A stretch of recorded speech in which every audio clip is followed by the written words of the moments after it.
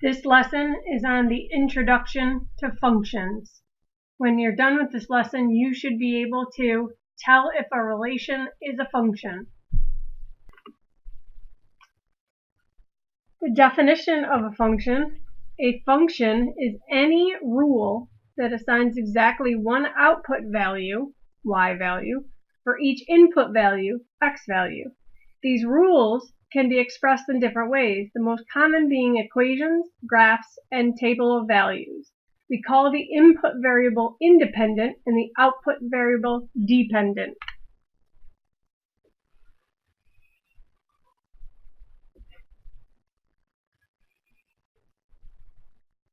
Exercise number 1. One of the following graphs shows a relationship where y is a function of x and one does not. Part A. Draw the vertical line whose equation is x equals 3 on both graphs. So x equals 3 goes through the x-axis.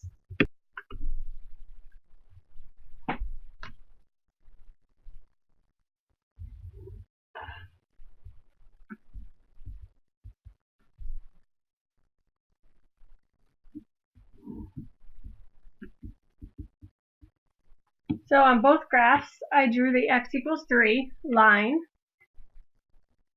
Part B says give all output values for each graph at an input value of 3. And remember, input value of 3, input is your x value. So this is where x equals 3. So what's the output? So in relationship A, when x is 3, y is 4. So we have 3, 4, and we have 3, negative 4. In relationship B, we have 3, negative 2. So part C says, explain which of these relationships is a function and why.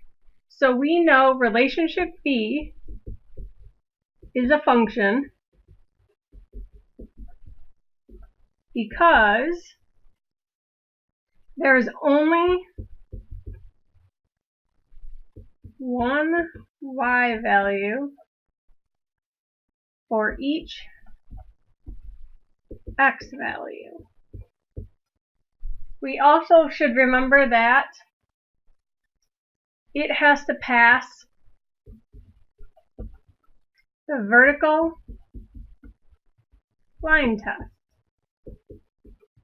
And the vertical line test says that it only hits the graph once if it's a function, and it'll hit twice if it's not a function.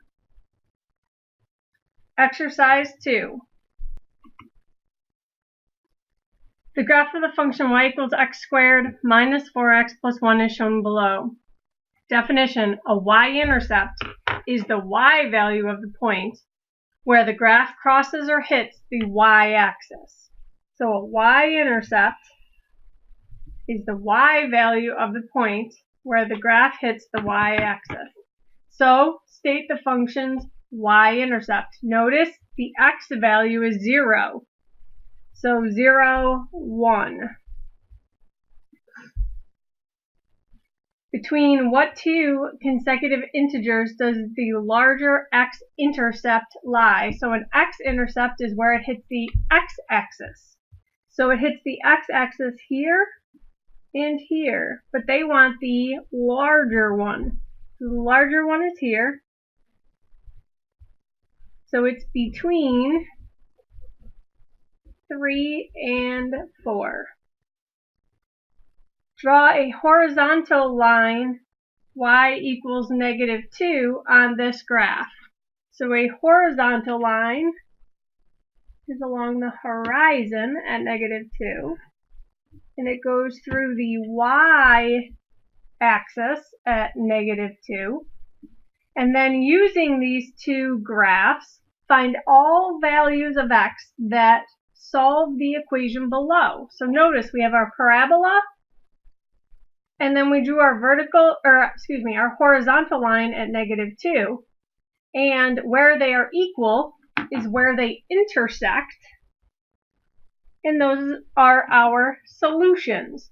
So our solution, x equals positive 1 and x equals positive 3. Because the ordered pairs were 1, negative 2, and 3, negative 2. But we only have x in our equation, so our answer is just the x values. So part E, verify that these values of x are solutions by using store on your graphing calculator. So grab your calculator. So to use the store button, you're going to do Control and var. So I wanted you to see those buttons, Control and var, and you'll see above the var button it says STO for store. So that's how I'm going to use the store button. So our solution, one of our values for x was 1. So we're going to take 1, Control var, and we're going to store it for the letter x, and then hit enter. Now you're going to put your equation in on the left side. So x squared minus 4x plus 1. And hit enter. What should it equal? Well, what's the other side of the equation? Negative 2. And it is negative 2, so we're good to go.